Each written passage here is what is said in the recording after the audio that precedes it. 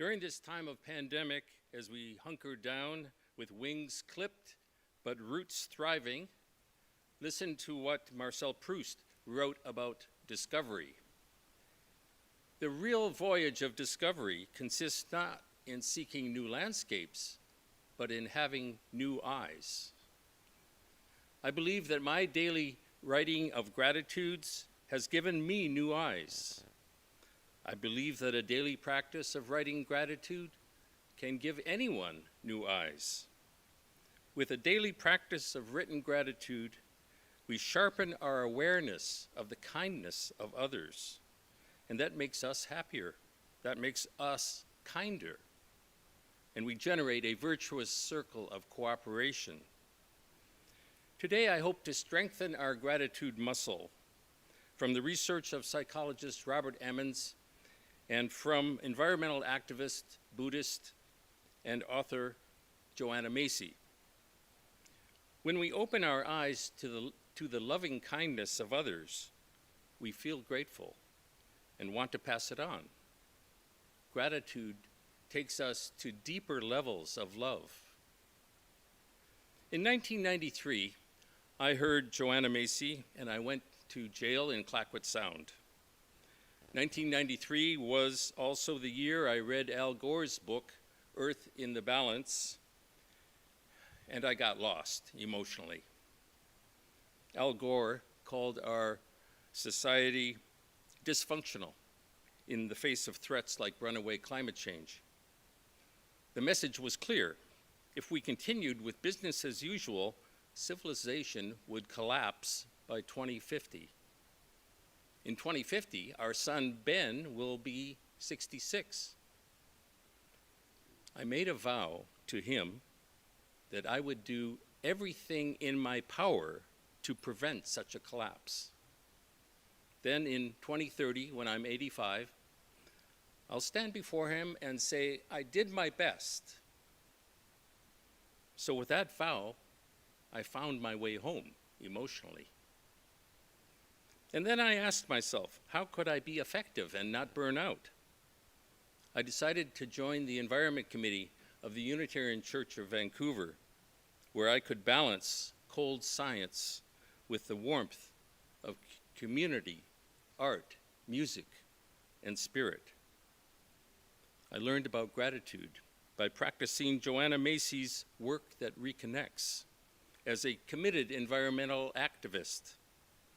In this work, there are 4 stages. 1, gratitude. 2, honoring our pain for the world. 3, seeing with new eyes. 4, going forth into action. Gratitude is the first stage. Because gratitude is empathic, it generates what Thich Nhat Hanh calls interbeing. Interbeing helps us to see our individual joys and sorrows in the context of community joys and sorrows and community resources. The second stage is honoring our pain for the world. Honoring our pain recognizes the value of facing up to our predicament. If there's no fear, there's no courage. If there's no courage, there's no leaving our comfort zone. No leaving our fossil-fueled business-as-usual comfort zone. It takes courage to live simply so that others may simply live, as Gandhi wrote. The third stage is seeing with new eyes. Macy writes, in the third stage, we step further into the perceptual shift that recognizes our pain for the world as a healthy expression of our belonging to life. Seeing with new eyes reveals the wider web of resources available to us through our rootedness within a deeper ecological self. This third stage, seeing with new eyes, opens us to a new view of what is possible and a new understanding of our power to make a difference. The fourth and final station, going forth, involves clarifying our vision of how we can act for the healing of our world, identifying practical steps that move our vision forward, unquote. And then we return to gratitude and the cycle repeats, but at a deeper level. In fact, as I will show, a daily practice of written gratitude makes us so happy and healthy, so grateful that we want to heal what can be healed. We want to serve and express our gratitude through well-grounded generosity. Joanna Macy and the threat of nuclear war. Macy quotes Franz Kafka. "You can hold yourself back from the sufferings of the world. That is something you are free to do, and it accords with your nature. But perhaps this very holding back is the one suffering you could avoid." In other words, truth may be beautiful, but it often isn't pretty. Joanna Macy's first book was called Despair and Personal Power in the Nuclear Age, written before the end of the Cold War, when many of us despaired of humanity surviving a nuclear war or a nuclear winter. Do you remember those days? Fear was rampant. As she worked with burned out anti-nuclear activists, Macy did not deny that fear. She showed how fear is the starting point for courage, and practicing gratitude provides ballast as we venture into the stormy seas of nonviolent direct action, such as the 19-year-long Women's Peace Camp at Greenham Common in UK. Let us thank those women who camped in the winter rain to stop a nuclear holocaust. Let us thank the peace marchers, the international physicians for the prevention of nuclear war, Greenpeace, the millions of heroes of that battle for sanity. In those days, in the 80s, I never dared to hope that the Cold War and the arms race would ever end. Then, out of the blue, the Soviet Union collapsed. So now I know what we don't know: the future.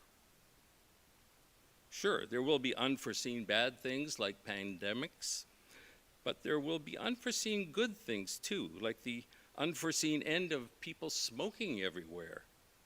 Just as smoking disappeared, so maybe frivolous flying will disappear.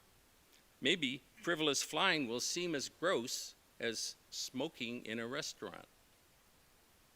It only takes one Greta Thunberg to get the snowball rolling. So let our gratitude for past miracles create hope for future miracles and the courage to create miracles step by tiny step. Climate change. So somehow in the 90s, we avoided nuclear annihilation and lung cancer. We didn't think we could, but we did. In our time, we have the slow motion train wreck known as climate change or global warming. Just like the nuclear arms race, the industrial growth society is insane. And yet we are embedded in it, tooth and claw.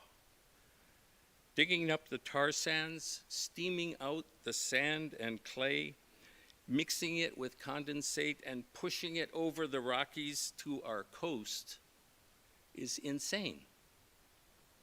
I was born into this madness in Detroit, now in ruins. And now here we are on the edge of the Pacific, fighting pipelines, coal ports, fracking, fighting to preserve Burns Bog and the Fraser River Delta, where 5 million birds rest on their annual migration, where millions of salmon come home. I would give up were it not for gratitude. I'm so grateful to SFU professor Tim Tuccaro, MD, who sat up in a tree last month for 11 days and nights on the banks of the Brunette River, trying to delay the deadly Trans Mountain pipeline. You have to be emotionally strong to do this work. I believe the daily practice of gratitude gives me that strength. So let's explore gratitude. Robert Emmons, psychologist at the University of California, has spent his career researching gratitude. Emmons encourages us to see what we are grateful for as gifts. The practice of gratitude simply helps us to see them with new eyes and accept them as gifts. One of Robert Emmons' practical gratitude books is called Thanks: How Practicing Gratitude Can Make You Happier. Whether you want to practice gratitude to turn despair into empowerment, to be sane in an insane world, or as Emmons suggests, just to be happier, this book has solid recommendations backed by top quality research. As Einstein said, science without religion is lame. Religion without science is blind. What is gratitude? Why get serious about it? And what is the most efficient and effective way to practice gratitude? Beth reviews positive psychology books for Amazon.ca. Beth gives this thanks book by Robert Emmons 5 out of 5 stars. She says, "There are 3 things that determine your happiness: circumstances, genetics, and intentional activities. Cultivating gratitude is an intentional activity, one you can practice that has been shown to increase happiness levels. But does it really work? In a word, yes, and I can say this with certainty because the author and others have conducted randomized controlled trials that have proved that cultivating gratitude can not only make one happier, but healthier as well. Here is a simple book that convincingly showed me that something as small and easy to do as being thankful not only has the potential to change a person, but perhaps the rest of the world too. Thanks for a great book," unquote. One common misunderstanding which Beth repeats in her review is that something as small and easy to do as being thankful, etc. Emmons is actually quite clear that the practice of gratitude as a daily practice of expressing gratitude either in a journal or directly to the person, divine presence, or Gaia, to whom one is thankful, is neither small nor easy. In defining his gratitude, Emmons says, quote, "First, gratitude is the acknowledgement of goodness in one's life. Second, gratitude is recognizing that the source of this goodness lies at least partially outside the self. The object of gratitude is other-directed. One can be grateful to other people, to God, to animals, but never to oneself. Gratitude implies humility, a recognition that we could not be who we are or where we are in life without the contribution of others," unquote. Gratitude implies humility. Humility is rarely a Unitarian strength. Perhaps centuries of nonconformity have made us a bit defensive. We often believe we are smarter, more honest, more courageous, or more ethical than others. Maybe we are. Maybe we could be. But without gratitude, this self-congratulatory smugness cripples us. Gratitude, according to Emmons, requires recognizing our indebtedness to others. That's not a comfortable feeling. We really are indebted to others for peace, for our comfortable lives, for our longevity, our food, for our hot running water, for everything. Without others, our lives would be impossible. We take so much for granted, but the practice of gratitude helps us perceive the innumerable gifts coming our way, gifts which we gladly and humbly accept. Humility is a good thing. We are blessed when we perceive that our cup runneth over. We want to give and we want to serve. When grounded in gratitude, we trust that feelings will come and go like cycles of dark and light. We stop pushing against suffering. We relax and we become useful. Emmons says, gratitude requires that we affirm our dependency on others. So it's a hit to our ego that we are not so independent after all. But gratitude strengthens our interdependent selves. We exist more, not less, when we let go and accept that we are only a part of the interdependent web of all existence. True humility allows us to see that planetary survival is not only on our shoulders, not only up to us geniuses.